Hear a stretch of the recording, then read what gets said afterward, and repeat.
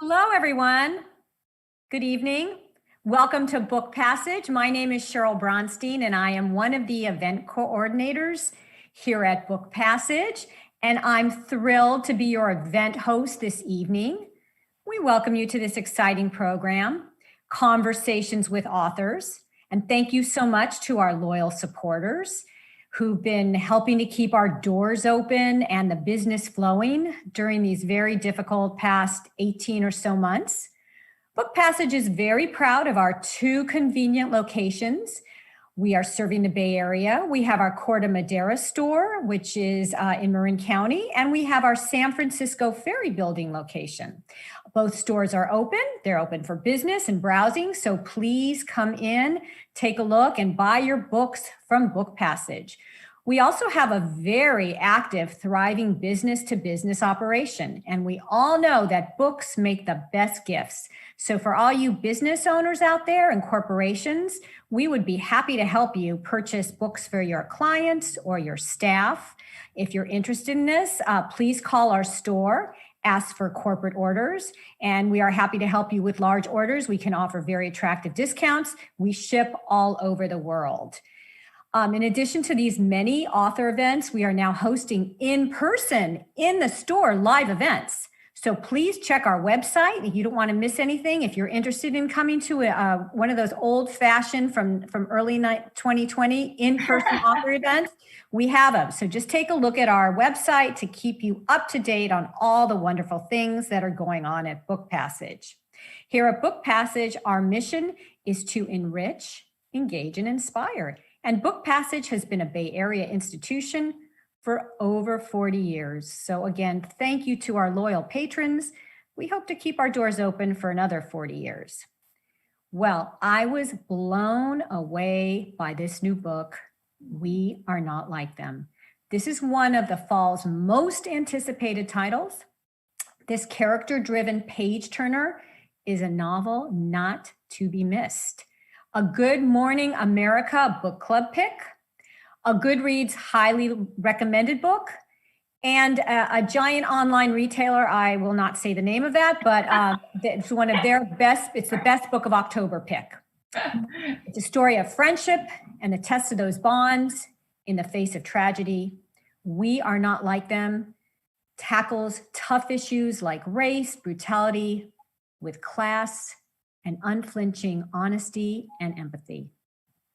One of our authors, Jo Piazza, is an award-winning reporter and editor who has written for the Wall Street Journal, the New York Times, New York Magazine, Glamour, and I could go on and on. She's written for basically— There's a lot. There's a lot. So I'm going to stop there. But she has appeared on CNN, NPR, Fox News, MSNBC, and again, all the networks. Mm-hmm. Her novel, The Knockoff with Lucy Skykes, became an instant international bestseller and has been translated into more than 7 languages.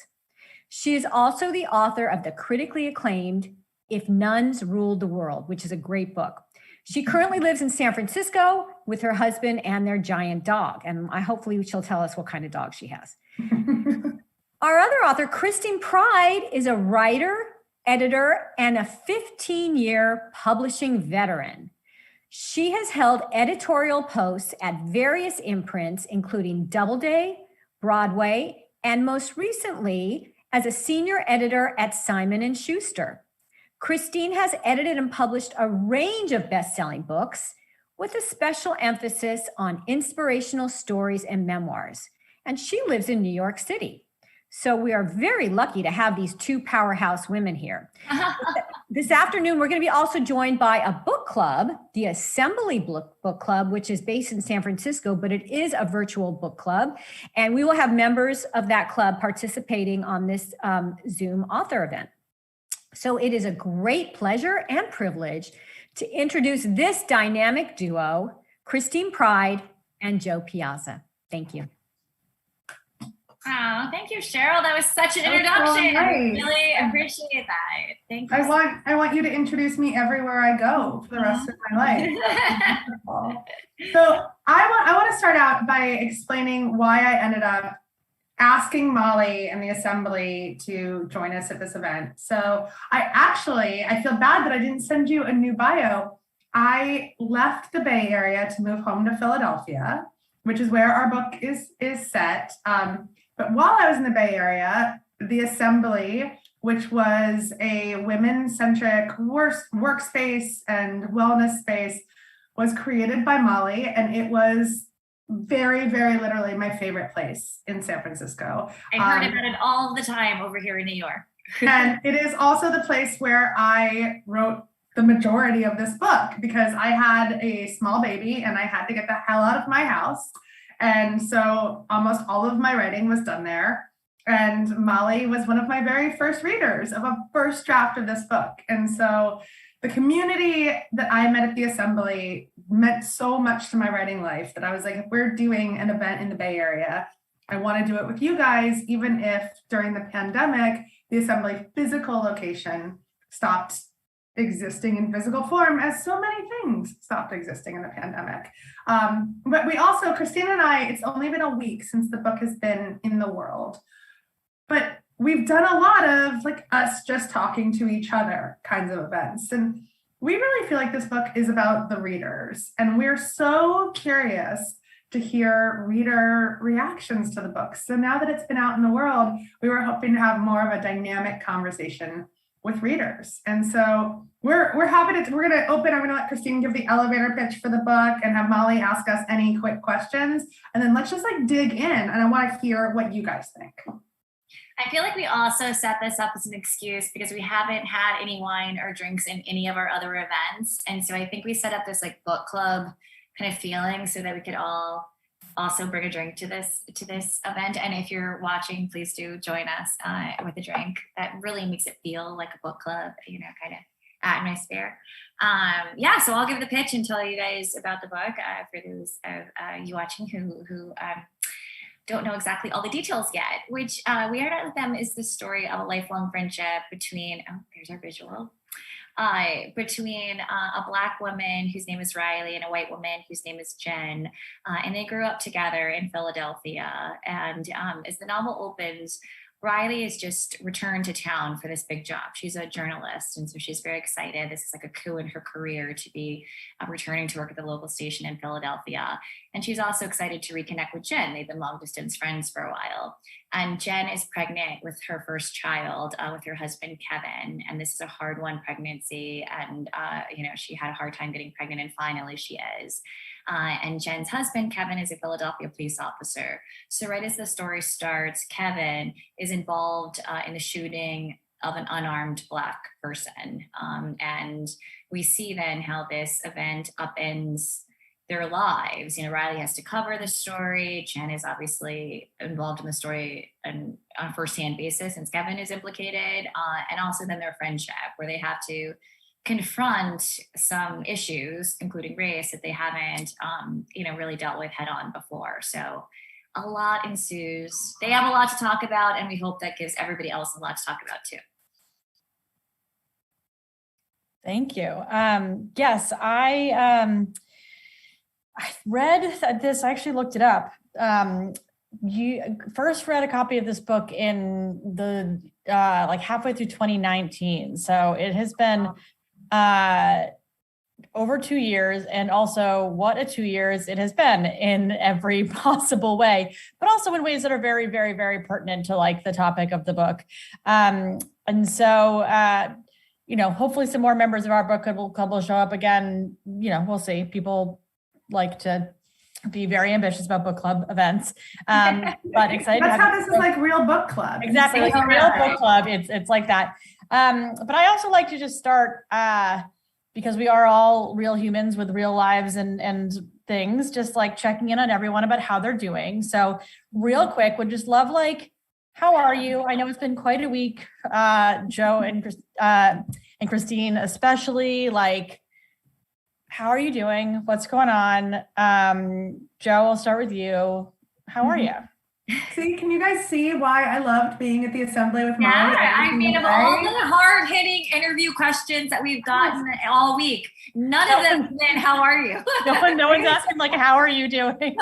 And all I want to talk about is how I'm doing. I'm tired. We're both tired, and I think it just finally hit us because releasing a book has, like, we've had so many ups. Like, we on Tuesday morning last week drove to Times Square at 7 a.m. to see our book on a billboard over Good Morning America, and then proceeded to sit down with Deborah Roberts, and it was incredible. Yeah, I mean, just Deborah Roberts is also the nicest human on the planet, and we got to FaceTime with Al Roker during it, so like that was really fun. But then you're like, the book is out in the world, and we were getting so much great feedback, but then also, sometimes you read like the not so great feedback, and one bad comment, even if there's 100 good ones, can just make you feel terrible because human beings' brains are broken. And so we were just, high and low and high and low, but we had each other through it. And now I think we're like a week in and we're like, all right. So we just keep going, right? Like, this is just, we keep going because all we want to do is talk about this book with readers, because the whole point was to start conversations about race that people aren't having. So I'm good. I'm sleepy, but you can't tell because I got really good Botox before this book tour. You actually posted about getting Botox on Instagram. And since then, obviously, I feel like you've invited us to look with that level of scrutiny. And I'm like, she looks great. I like that. That invites you to look with extra scrutiny. I know. And I was like, and I thought to myself, it looks great. So that's good. Great. Yeah. Christine, how are you? I feel great, actually. As Jo said, it's been intense and it's been a very surreal ride. But, getting the chance to talk about this book every day. I mean, I posted on Instagram today. I was like, we'll talk about this book every day, all day, because it's so gratifying. And it's just, you have this vision in your head and you're kind of working in a vacuum, and it's so abstract, right? Like, you don't think it's going to happen, and this is my first time going through this process, and then it's out in the world, it's a real thing, and people are talking about it and asking you questions and sharing thoughts and loving it. It really is. I find it as tiring as it may be to do events, it's really energizing. And we had all these goals about wanting this book to start conversations and really wanting to touch people. And then when you see it happen, it's like, oh God, we did that, and that's, great reviews are nice, and, people saying nice things are nice, but it's that feeling of like, wow, somebody is touched by it. I get a little jolt of energy, each time that happens. So it's been really fun, and it's so fun to be here with you guys tonight. And I know I have such close friends in the audience. My friend Allison is watching, such a close friend of mine in the Bay Area. And so I wish we were all in person to have this, because then you can have me in person, but it's still like the virtual community, even behind the screen, just means the world to me. I feel like I could read the text from my mom that I got today. Please do. Because it's like, my mom's like very Philly. She was a teacher my whole life, like Philly suburbs through and through, and like very just like earnest and honest, and like also grew up in like this very like white suburban. She grew up in like the very white parts of Denver, and then raised me in very white suburban PA. But this text like got to me for something. She says, and this, by the way, this is the first time my mom's read my book. like now that I'm on book 10, she's like, oh, you had another book come out. That's nice. I had that thought when Jo sent me the text about an hour ago, and I was like, oh, this text. And I was like, she's just getting to it. Okay. She's like, so glad you wrote the book. Can I hang out with my grandchildren now? But she's like, because of the writing, it makes me feel like I know Justin, and he's not just another Black kid getting shot in Philly. And it gives me so much more of an understanding about how much prejudice is still in the world. But then I also feel for Kevin and Jen, because I think he was a good cop. And now I can't wait to see how all this turns out. And I'm just like, you know what? Like, you're like, this is like giving you something to think about that you would not otherwise have been thinking about. My mother is a very big fan of any novel set during the time of Henry VIII. Yeah. So this is outside her wheelhouse, and I feel like we're getting so many reactions like that. And I want to bring Libby in. Libby, I want to know about you. I know. I'm gonna have Libby. Yeah. Libby, first of all, how are you? And also, we generally start the book club with just like, first impressions. So pretend that Joe and Christina aren't here. I know, yeah. I guess it's awkward if your first impression is I hated it, but we're gonna assume you liked it. How did you like it? Or if you didn't, I want to hear why. It's funny because Christine and I have offered to come to a lot of book clubs, but we're like, will that be weird if you hate it? And I'm like, I kind of want to hear what people didn't. Yeah, we're open to all feedback. Yeah. It's actually super fun to talk to the authors of books that we read in book club. We've done it once before, and it's just so fun because we're coming at it from the reader perspective and then hearing the like actual work that went into writing this book. And kudos to both of you for this. This is amazing. I really like the book. I can say that honestly. I'm not like saying that just because y'all are here. I read it in 2 nights. I'm a fast reader, but like Libby's a speed reader also separately. So but like these were work nights, normally I read like a little bit and then go to bed, but like this kept me up. I really wanted to read it. I got really into it. I'm going to be very careful to not do any spoilers because normally in book club, we are all about Everyone has read it, right? Yeah. Well, even if people have even if they had it, that's your own fault if you show up to book club and you've read it. But we will not do that tonight. So I'm gonna have to be like a little careful about how I speak about it, but I really liked it. I had a lot of thoughts about the characters. But yeah, no, I liked it. I thought it was a fast read. I would really recommend it for anyone. And it is interesting realizing that you wrote it in 2019 or before 2019 because it's so current. 2018, yeah, I read it in 2019 after they had finished writing it. Libby, you didn't answer. How are you? Oh, thanks. I'm doing well. It's Tuesday, obviously. Doing well. It's been really nice in the Bay Area these days, and so the sun is glorious, and just some fresh air and some sunlight and a really good book. What more can you want? Yay. I just remembered the only other time that people opened events with how are you? Like Molly always did it at the assembly, but the only other time in my life was in my prenatal yoga classes.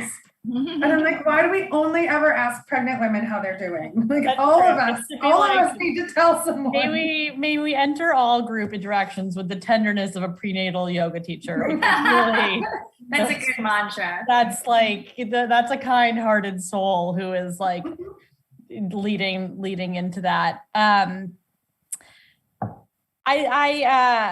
think that we've touched a little bit on sort of like, I think that one of the most impressive things about this book is taking something that is like really hard to talk about and making it bringing it in an accessible way to people, and like, a brightly colored cover and like, and like a title that doesn't really tell you what's going on inside the book. It doesn't like come at you with that from the beginning. And so I would love to hear about all sorts of it, but I also like, just in terms of like those deliberate choices about how the book looks and how the book feels and like the tone, how did you two sort of like start to settle on that?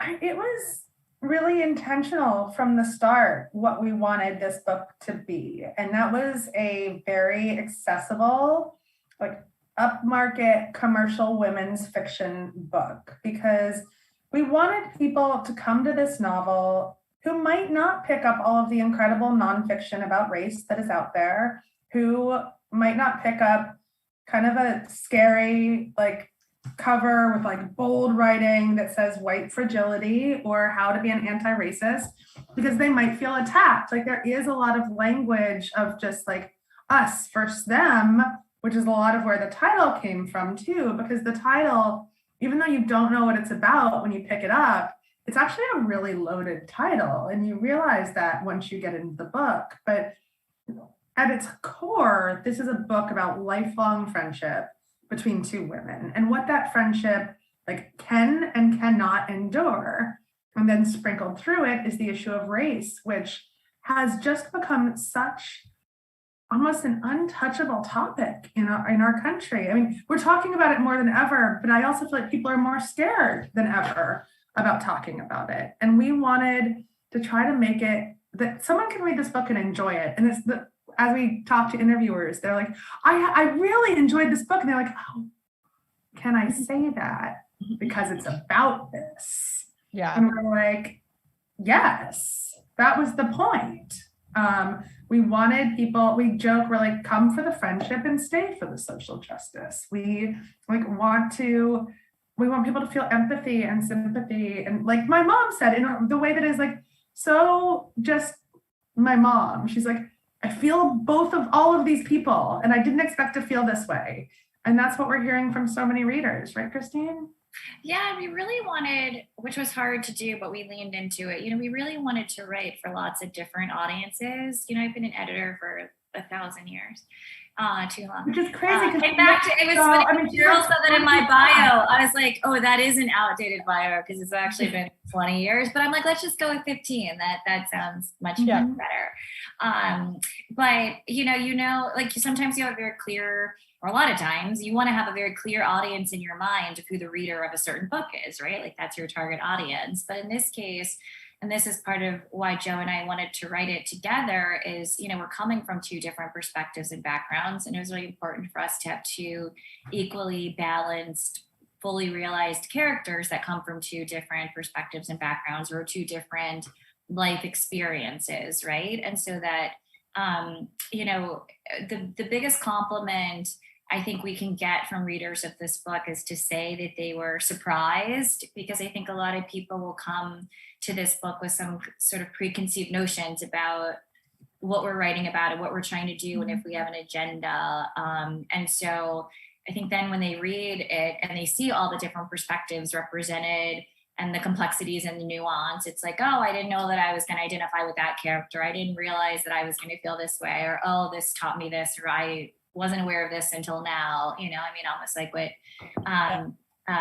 Jo's mom was saying. And so to look out at our events, even though it's a little bit harder on screen, but in some of our in-person events, and to see the diversity there, right? That this book, there are Black readers reading it, white readers reading it. And granted, they may be having very different conversations about the book, but that's what's interesting too, right? Like in any group of people, or we're doing these buddy reads, which you can talk more about, but the richness of it is bringing your different experience to the table, and your interpretation of the book then is different, and what you want to talk about is different, and then the springboard to share your own personal experience and reactions is different. And that's like every book club in the world, right? Like you start with talking about the book, and then you go right into talking about, oh, but this relates to my life in this XYZ way, and that's been really gratifying.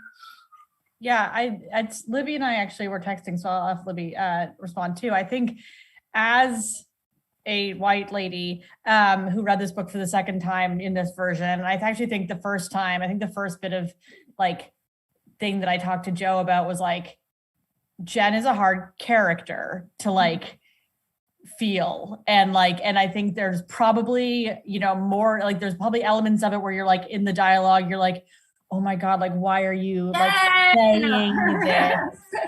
And then there are parts when you're like, she thinks she's saying the right thing, like really, truly. And then there are parts when you're like, oh, now that I'm reading these words on the page, that might have been something that I might say, and like is not the right thing to say. And I think that like that, I would say that reading it through the second time, and maybe I'm looking at it differently, maybe it is different, I feel like a little bit more sympathetic towards her, but I don't know, Libby, I know that you had sort of like similar feelings as you were reading that too. Yeah, I mean, if I were gonna have a T-shirt made, sorry, it'd be Team Riley. Like, sorry, Jen. I definitely like. I We won't tell Jen. Don't worry. Yeah, don't tell Jen. It depends how much of the tequila I drink. I might tell her. It's because I think Jen is flawed. It's as Molly said, you look at it and I'm like, oh, this could be me, and that makes me uncomfortable, which I think is the reason why I had such a like maybe negative opinion.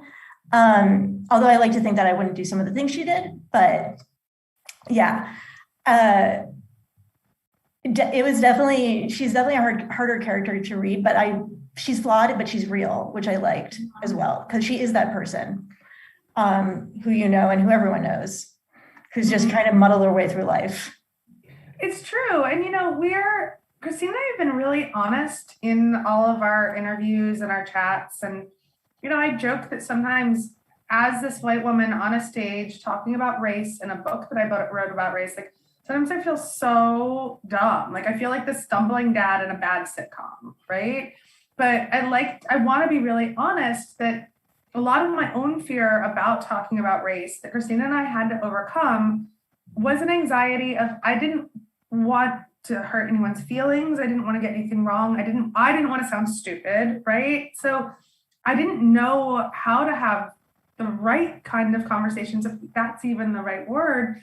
And when I'm saying this in front of some audience, we've had really great diverse audiences too, which has been nice, but I see the other white ladies like being like, oh yeah, like that's my anxiety. And Christine and I talked about this a lot, and she said that, what she's kind of learned from this process is she'd assumed that there was a kind of apathy, like, oh, I don't want to talk about race, instead of a fear about talking about race. And I think, Jo and I had to have so many conversations about race, obviously, in the course of writing a book. I think the interesting part about it is when Jo and I met, it was in a professional capacity, and we were working together, and then we felt this spark of friendship, and we were intrigued to carry on and, see where the friendship took us. But regardless if we were writing a book or not, in order to be friends, we were going to have to talk about race. Those conversations were accelerated and they were more pointed because we were trying to also wrangle on the page. Like we had to do it, and we had to do it. Like we had a deadline to do it. You might, if you just meet a casual friend, parse these conversations out over time and not try to have them all in the course of 30 days. Yeah. But it's still there that, even in our early conversations, separate and apart from the book, I was trying to explain that as a Black woman, you're never going to feel close to another white friend without being able to talk about race, because Black women talk to Black women about race all the time. There's a fluidity there, right? And so that engenders a level of closeness no matter what. But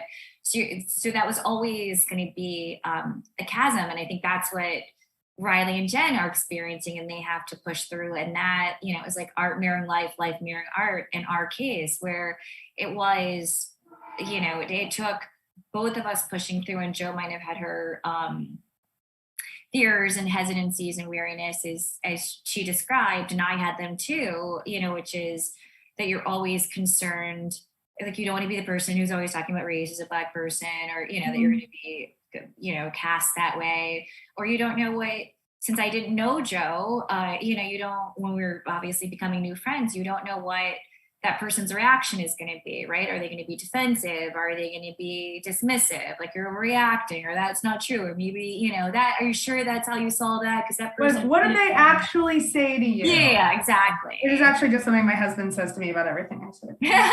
Nothing to do like, oh my God, I can't believe that happened. That like a level of kind of hysteria reaction, right? And so it's a lot to calibrate, but you have to start to trust somebody enough to tell them experiences, history, microaggressions, et cetera, and that's what we learned, and what our characters have to learn, and what we hope readers learn, is how much that is a process and a journey. That is not one conversation that you have on one calendar day over drinks, and then you're like, cheers, we've conquered race, and now we move forward. We solved the problem. We did it. It's I think one interviewer actually asked us, it's all a blur, but she was like, is your book going to cure racism or something to that effect? We were like, well, I mean, no.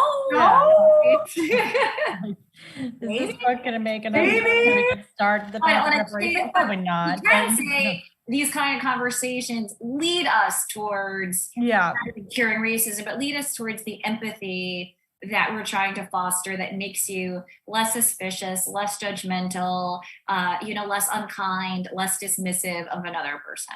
Yeah. I would take the Business Insider headline, "The Book That Cures Racism." Yes. Okay, just want to write that. Sure. Exactly. Do that, guys. Yes. It wouldn't be the first, like, not quite accurate headline out there, but we'll take it. Libby, I have a question for you, and I'm curious, whenever I talk to readers, did you come to the book with any preconceived notions? Like, did you think anything? Like, did you expect anything? It's a great question. Not really. Primarily because of the speed in which like I got the book, like I learned about the book, got the book and read it. Yeah. That being said, though, you know, I did come at it from the perspective of last summer, and which is why I believe like it made it feel so new and raw still and pertinent. This is the first book I think I've read that actively touches on events like last summer in a really big way, even if it wasn't written before. And so again, and it was just, it was, which brought me back to that time, which I would say is hard, but no preconceived notions. I knew it was about friendship, but to me then it felt less about friendship and more about the events around the friendship. Yeah, that's so interesting because people go one way or the other. They're like, oh, it felt so much about the friendship and less about the shooting, or it felt so much about the event and then not enough of the friendship. And it was something we went back and forth with of, you know, every single thing we wrote, we're like, how does it impact the friendship? So that we weren't constantly veering too off. We knew that we couldn't chase the news cycle. And, you know, Molly mentioned that she read this in 2019. We started in early 2018 and then turned the final draft of the book in actually a week before George Floyd was murdered. And so the book was totally, and then the world changed in a way that none of us expected.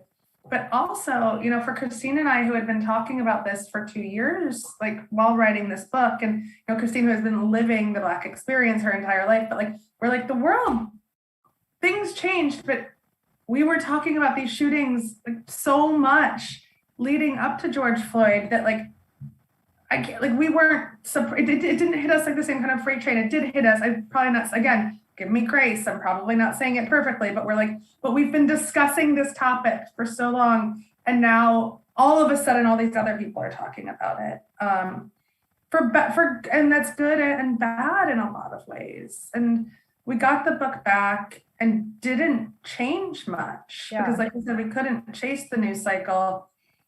There's we changed the ending a little bit because we think there was more of a thirst for justice in early drafts of the book. We did not want to give our officers consequences despite the fact that they deserved them because it didn't happen in real life. Yeah.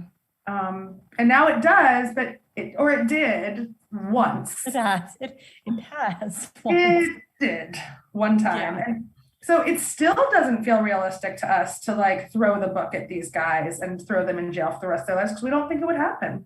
But we did tweak that. Yeah.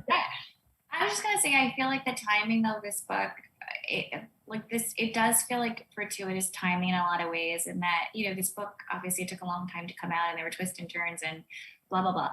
But books come out, I really do think when they're supposed to. And I think that that's the response that it's getting. I mean, I like to think it's about the quality of the book itself, but it's also, I think, a lot about the timing that we're in now, right? Like books strike a chord at a particular time. And I think this is striking a certain chord, which is that in the wake of, you know, our so-called racial reckoning last summer, people are hungrier than ever to kind of think about these things and have these conversations and, you know, lean into talking about them. And this gives readers a way to do that. But it's also, importantly, a good story. And when I say good, I don't even mean like objectively like a good story, but I just mean like we've packaged it in a story as opposed to these same readers or people who are, you know, reading the New York Times or, you know, wanting to learn. It's also been a brutal time in our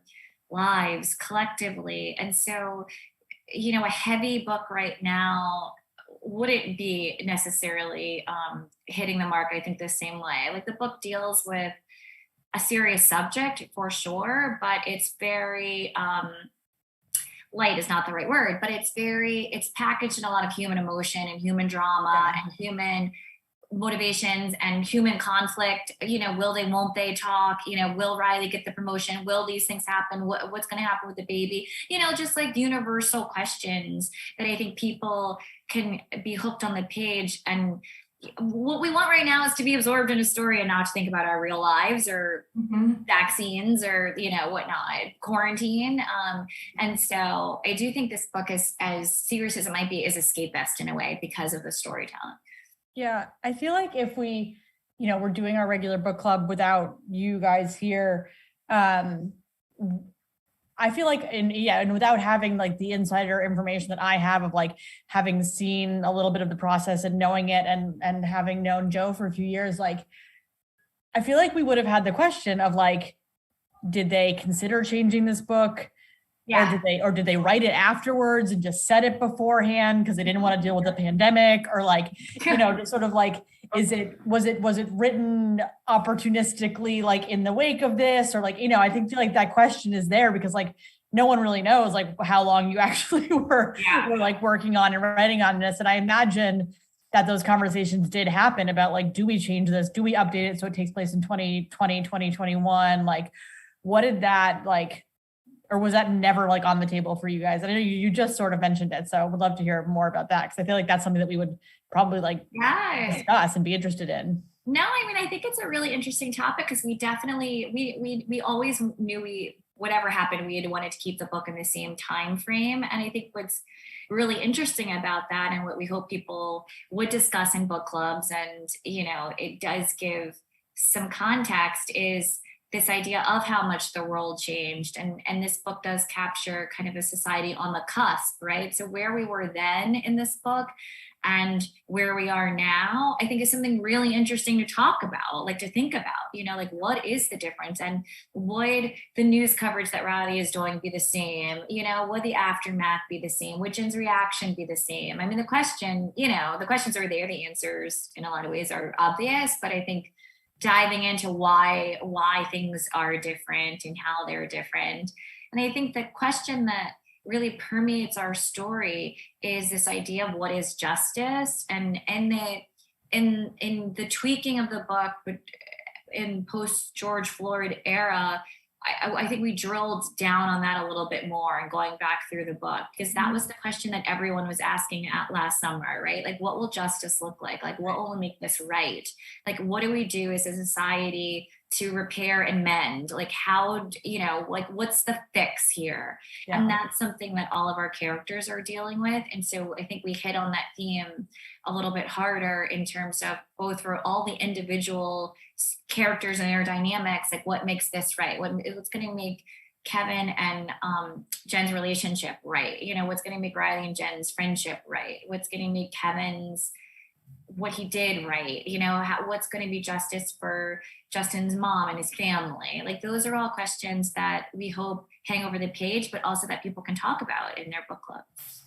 Well, and we did have all of those conversations, like, will people think this is opportunistic because it is coming out after this? And that again is why we want to talk about the timeline so much, and like when we started writing it and developing it. And had this book come out in that summer, it would not have been okay. That would not have been the right time for this to come out. There was so much, rage and raw anger. So I think now people are finally ready to talk about it and to see this kind of story on the page. But and we've seen the assumptions on Bookstagram. Oh, this is opportunistic in the wake of 2020. Oh, why did publishers decide to do that? Which is my favorite, as if publishers have the agency to just create a book out of thin air, which only happens when you're basing a book on the TV show Younger. I was going to say that. Like, you have done that one time, which Christine and I did write together. If anyone's a Younger fan, and there's always Younger fans in the audience, if you're book people, Christine was the editor who was commissioned to create the book Marriage Vacation based on the book and the show, and she hired me, and we wrote it together in 4 weeks, which is how we knew that we were publishing soulmates. We could do that. We could do anything. Exactly. And the The hardest part of that book is if you watch the show, and this is like such insider baseball, but I love it. The show kept saying there was like the dirtiest scene ever on page 58. Yeah. And we like couldn't make it dirty enough for them to be happy. We kept sending it like dirtier. And we're just like, oh my God. We're like, we've got nothing for you. And so we're like, I'm at work even. I can't even do the proper research here to like figure out. And we did it over the holidays. So I was like actually at like Christmas Eve dinner with my like very fancy in-laws in Milwaukee, texting under the table. And I'm like, how dirty do you think this is? Yeah, love that. That actually brings a question that came in. Also, if anyone else has questions, drop them in the question box, and we'll get to them. About the process of writing together, and like, you know, when there's co-authors, you sort of can't help but think about like, how did they write dialogue? Did they like each take one of the people? How did they write the like? There is a sex scene in this book. Did they co-write that part together? Like, we actually did. Yes. Great. Okay, good. I'd like to go word by word. I'd like to spend our remaining time going through that. Word by word. Great. That would definitely get us some new readers. Exactly. But like, not the ones we want. Like very, very tactically, like what is that process? What did that process look like? Do you want to go, Joe? Should I? You go. I always start this one, so you do it. Yeah. So, well, it starts in Microsoft Word. I say that because we did I was a Word girl. I feel like I got it in a Google Doc, and I was like, you could write a book in a Google Doc? Yes. Like, oh my God. Thank you, Mom. That's illuminating for me. Totally. I was like, what is this Google Doc? And why do we have to use it? And so that was our first like sort of logistical hurdle. I was trying to be diplomatic about it, converting us from Word to a Google Doc. But from there, it was really important to us that both characters be written by both of us. For one, because we wanted the book to feel really cohesive and not like it was like written by two people, which is, you know, would be herky jerky and like you just feel disjointed. We did not want that to be the case. And so we had a very detailed outline when we started. So we knew exactly, especially as the story is told, it's back and forth. Each chapter is in each character's point of view. So we had to really figure out what was going to happen when, because it mattered what character's chapter, you know, certain events would happen in. And so once we had that blueprint, then we would each just go into this Google Doc and like right when it struck us. I mean, Joe was in San Francisco still when we started, so we were in different time zones and we both had other things going on. I was still working full time, so I was mainly doing this, you know, at night and on the weekends or at 2 a.m. And so we were just actively in a Google Doc, both writing and then texting all the time and putting a lot in comments. We would have a lot of conversations or questions to each other in the comments section that we would like ask a question, the person would answer it or deal with it on the page. And then every so often, like every few chapters, and we felt like they were, you know, enough for us to like talk about, then we would get on the phone. This is like way before I ever even knew what Zoom was and how much it would be a part of the future. This is before the Zoomvolution. Well before. I was like zooming over, like, well, what is a Zoom? But we then would get together and on the phone, old fashioned, old school, like, and talk through any of the bigger picture things that we needed to talk through. And then we just did that, like building a house, you know, brick by brick by brick, chapter by chapter, word by word, until we got to the end of the book. I love that you said house, because I always say cake, because I'm always hungry. No, you're all, yeah. And you're like, I'm like, floppier cake over here. Frosting. House could last forever. A cake lasts for like an hour, depending on where you are. Less with me. But I think we've said this. We said it. We did an Instagram Live earlier today. People have been reading the book out loud to us. Deborah Roberts read part of it out loud to us in the Good Morning America interview, and we have never heard anyone but us read it. And we honestly can't tell you who wrote what sentence or what parts of sentences at this point, because like even things, if you want to get like really granular, which I think is fun when you're listening to authors talk. So we get to the end of the book, it's done. And we just realized like there are words that are like our crutch words. And we use so many of them. And so we had our list of crutch words, and we would do like search, find, and go over every single like repeat of that word and change it, and always together. We like never did it on our own for some reason. We always like had to talk each of those words out, those word changes. For those who might be interested, my writerly tick is I really, really love the word marvel. I have no idea why, but characters are marveling, things are marvel. There's a lot of marveling. And Jo loves a good damn. She really does. I prefer a fuck. Damn good, damn that. We had an editor early on who counted all of the F words that I dropped and asked us to copiously cut them down. Yeah. Is there like a limit that you're allowed to have for like a book to not, get stamped with a rated R or whatever? Like, is there very subjective? Yes. Very, very subjective. But, you do hear in publishing a lot. It's like, all right, like, do you want certain bookstores? Walmart, right. Or like, Walmart or to pick it up. Like Books a Million, some of these conservative stores really, they have their buyers who read books ahead of time, and they will say this is to XYZ for a good buyer knows their market, right? And they'll say this is to whatever it is, a risque or bold or, whatever for their client. So but I do you also love an M dash. I love an M dash. I love an M dash, and you don't know how to make them. Sure don't. But that's a Google Doc issue, not a Christine issue. In Word makes your M dashes for you, so it's a superior program in that, specifically that way. That's true. Libby, do you have anything to add as an employee of Google? I'm just kidding. Actually, because I also love a good M dash and an M dash. Insert special character. So we could insert special character and creator on Shortcut? I just copy it in. Okay. I just do the control command. Anyway, this is thrilling content. Wow, yeah. Anyway, does anyone is about to be, where were you in 2018? If you have questions, drop them in, but we want to hear everyone's questions. Well, please. I love what Book Passage said about books for corporations. Yeah. So we did an event right before the book came out with a very large global beer brand. And they set it up, the whole company tuned in, and some people had read the book. They bought the book for their entire diversity, equity, and inclusion group. And they had two men come on Zoom stage with us who had read the book.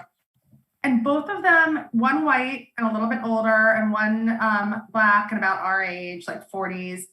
And they gave their really raw and honest impressions of the book and what their blind spots were and what gave them anxiety as they were reading it.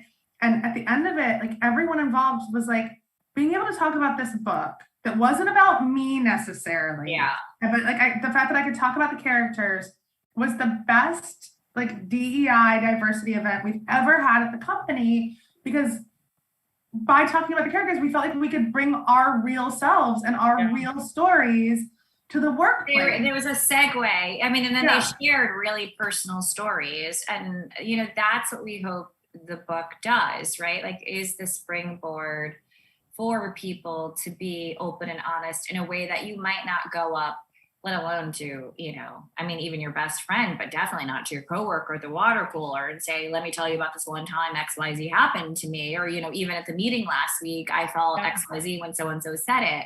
But when you have a fluid conversation that's ongoing, or you open the door in this way with a book that is neutral, safer ground, then you have the groundwork, right? To like have some trust established with that person, so that the next time something comes up or when you want to have a hard conversation, there's already like a little, connection there in that way.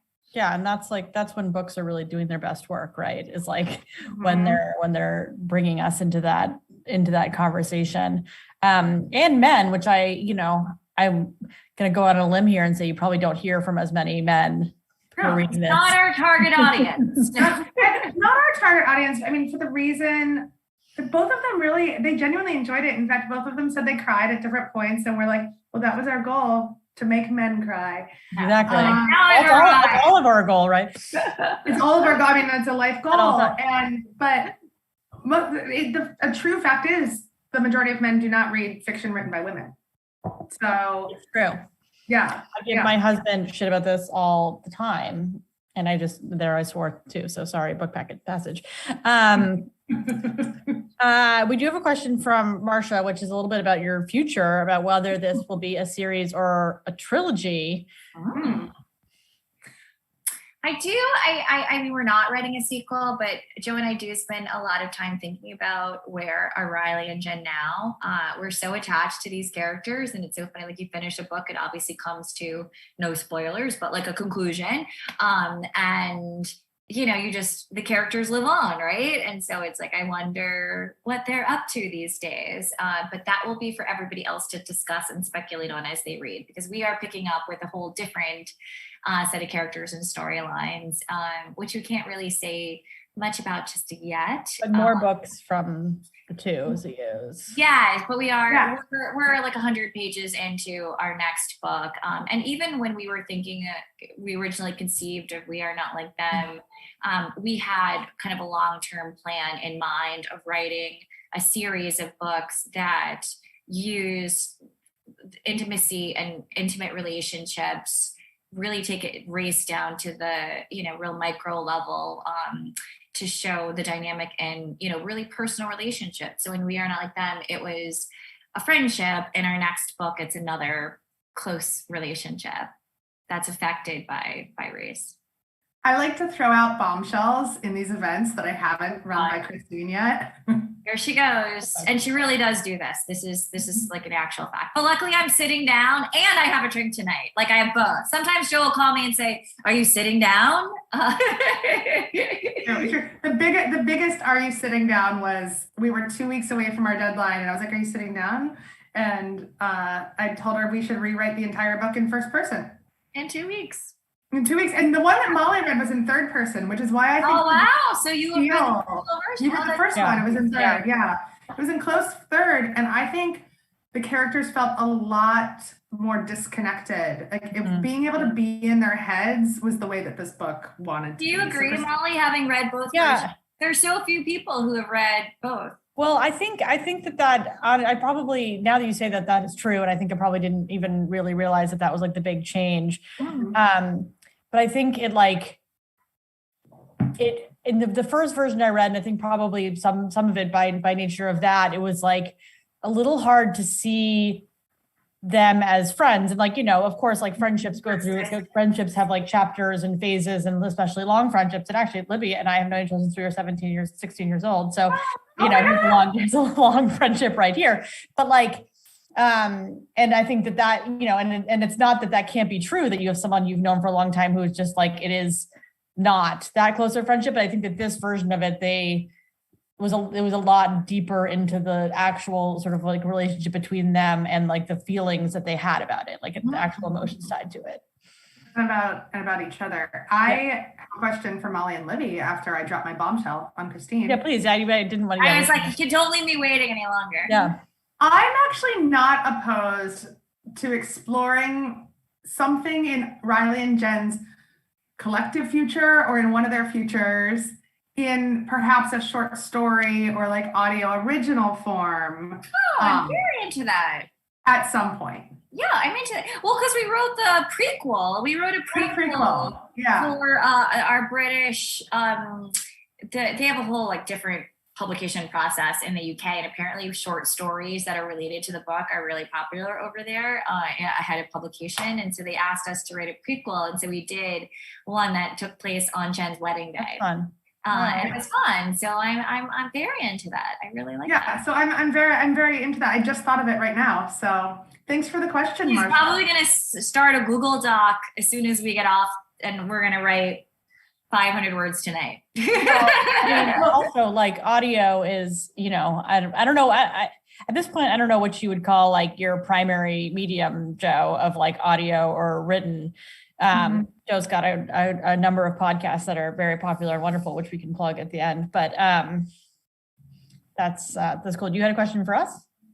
I do have a question for you. And I don't, my day-to-day is audio. I'm working on audio so much, and I love it because I think it feels just so intimate. I like audio for nonfiction is the thing. Yeah. For fiction, I'm still very much a written word person. Like that's the way I absorb a book.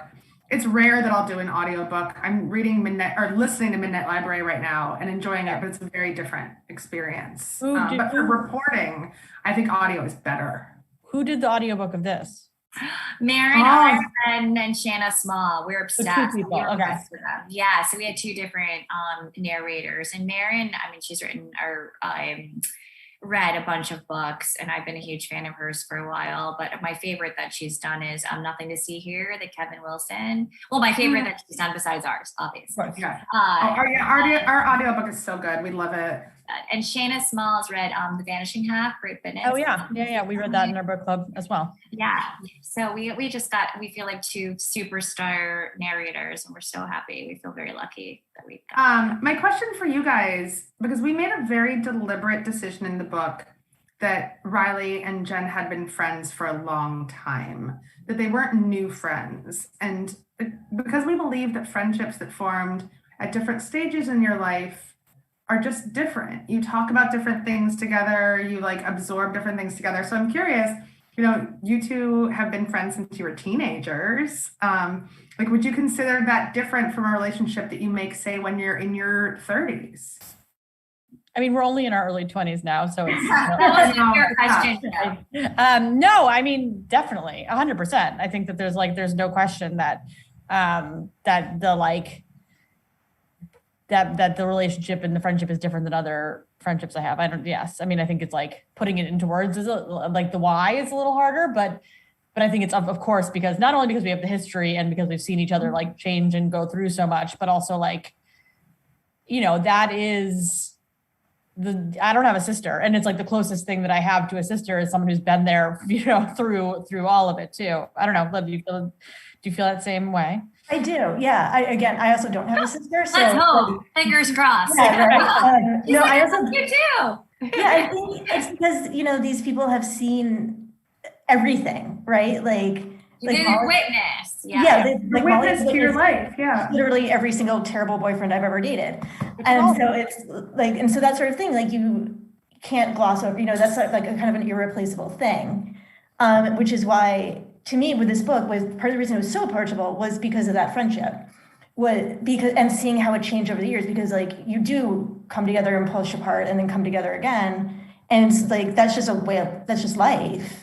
And the fact that it is happening in this book, and it wasn't like this artificial, like we are always best friends. We're best friends and tied at the hip. It's like, no, people live in different cities. They take different jobs. They do different things, but then they always come back. And that to me is like what real strong friendship is.